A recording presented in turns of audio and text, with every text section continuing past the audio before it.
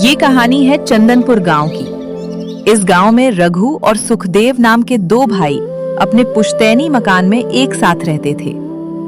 पिता के गुजर जाने के बाद बड़े भाई रघु ने अपने छोटे भाई सुखदेव को बड़े लाड प्यार से पाला था। रघु दिन रात खेतों में पसीना बहाता था ताकि सुखदेव शहर में रहकर पढ़ सके।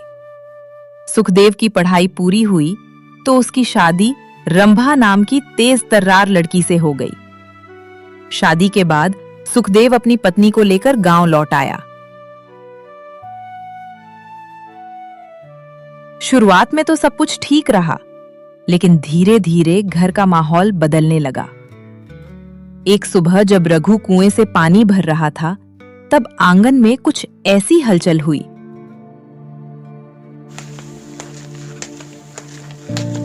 अरे सुनती हो बिंदिया, जरा एक लोटा चाय तो दे आना छोटे के कमरे में। बेचारा कल रतिया को शहर से लौटा है, थक के चूर होगा।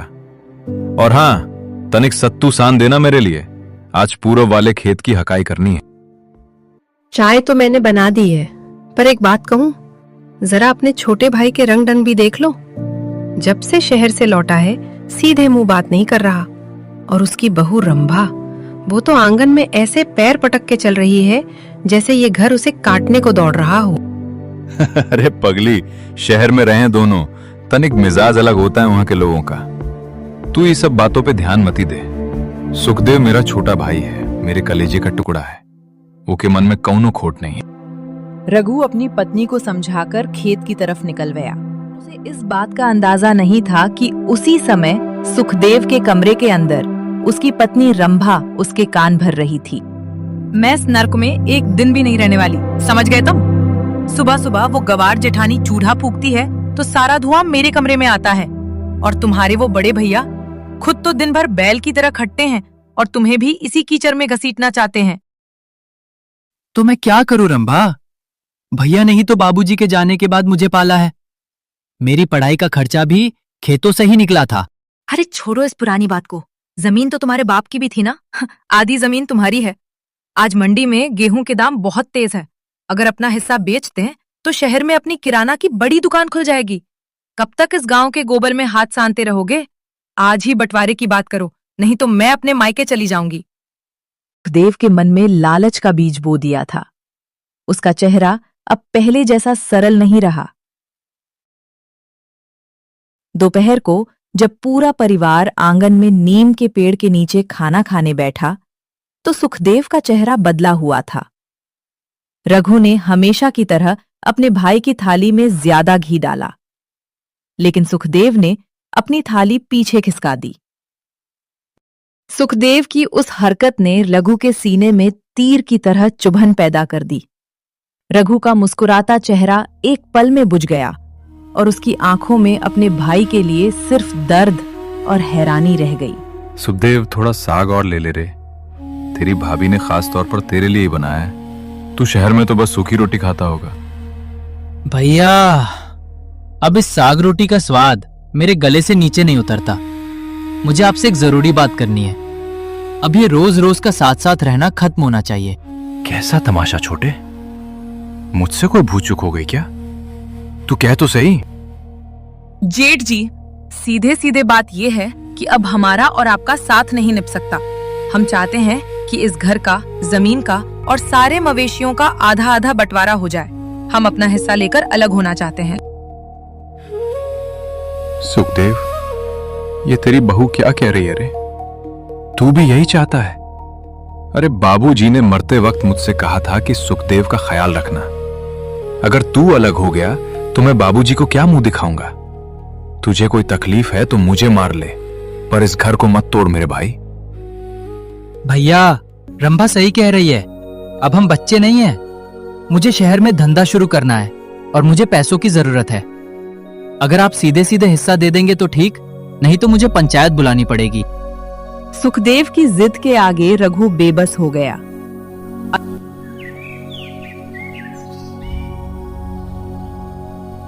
अगले ही दिन सुखदेव ने गांव के मुखिया जगन काका को अपने घर पर बुला लिया।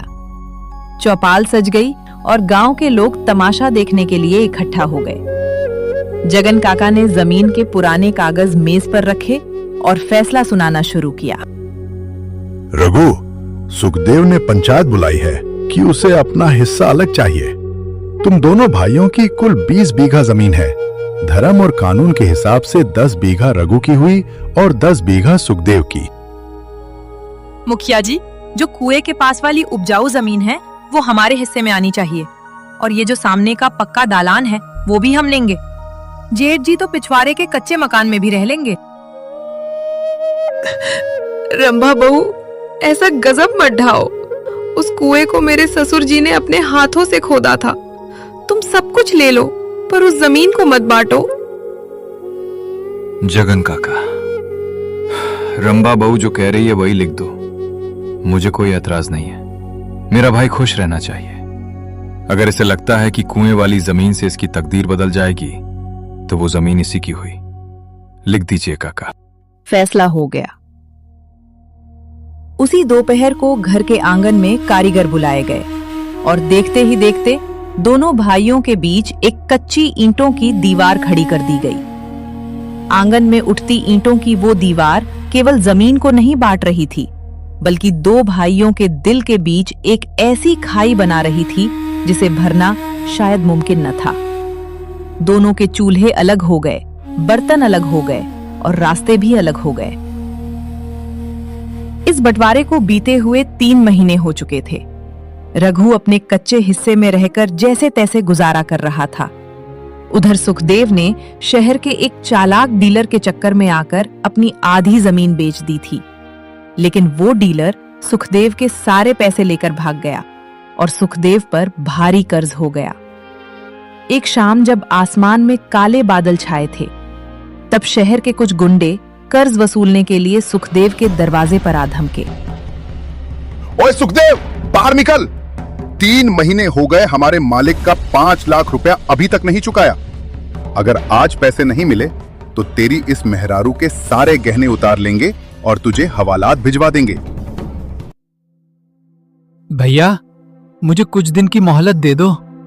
मैं बर्बाद हो गया हूँ। मेरे पास एक ढेला भी नहीं बचा है। अरे बचाओ, कोई बचाओ, ये लोग हमें मार डालेंगे। पूरे गांव में से कोई भी सुखदेव की मदद के लिए आगे नहीं आया। सबने अपने अपने घरों के दरवाजे बंद कर लिए, लेकिन दीवार के उस पार बैठे रघु से अपने भाई की ये चीखें बर्दाश्त नहीं हुई। उसने अपनी लाठी उठाई और दीवार लांघकर सीधे गुंडों के सामने आ खड़ा हुआ। खबरदार, अगर किसी ने मेरे भाई या मेरी बहू की तरफ आंख उठाकर भी देखा तो इसी मिट्टी में गाड़ दूंगा। पीछे हटो सब। अरे ओ बुड्ढे, तू बीच में मत पड़। इसका बंटवारा हो चुका है। ये तेरा भाई नहीं है। बंटवारा जमीन का हुआ है, इस भाई की लाठी का नहीं। कितना पैसा चाहिए तुम्हें? 5 लाख ना? कल सुबह मंडी में अपनी बची हुई जमीन बेचकर तुम्हारे मुंह पर पैसे मारूंगा, लेकिन अगर दोबारा मेरे भाई के दरवाजे पर दिखे तो पैर तोड़ दूंगा। निकलो यहां से।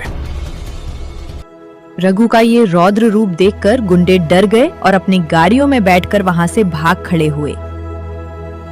गुंडों के जाते ही सुखदेव का सारा अहंकार मिट्टी में मिल गया। उसका सारा लालच आंसुओं में बह गया और वो भागकर रघु के पैरों में गिर पड़ा। रंभा भी एक कोने में खड़ी होकर रोने लगी। भैया, मुझे माफ कर दो। मैं नीच हूं, मैं पापी हूं। मैंने आपके जैसे देवता भाई को नहीं पहचाना। दूसरों की बातों में आकर मैंने इस घर को तोड़ा। मुझे ये जमीन नहीं चाहिए भैया, मुझे जेल जाने दो, पर आप अपनी जमीन मत बेचना। अरे पगले, जमीन तो मिट्टी है रे। आज है, कल नहीं रहेगी। पर अगर मेरा भाई मुझसे दूर हो जाता तो मैं जीते जी मर जाता। उठ छोटे, रो मत। तेरा बड़ा भाई अभी जिंदा है। दीदी, मुझे माफ कर दो। मैंने ही इस घर में आग लगाई थी। मुझे अपनी गलती समझ में आ गई है। सुबह का भूला अगर शाम को घर लौट आए बहू, तो उसे भूला नहीं कहते। चलो, अब सब ठीक हो गया है।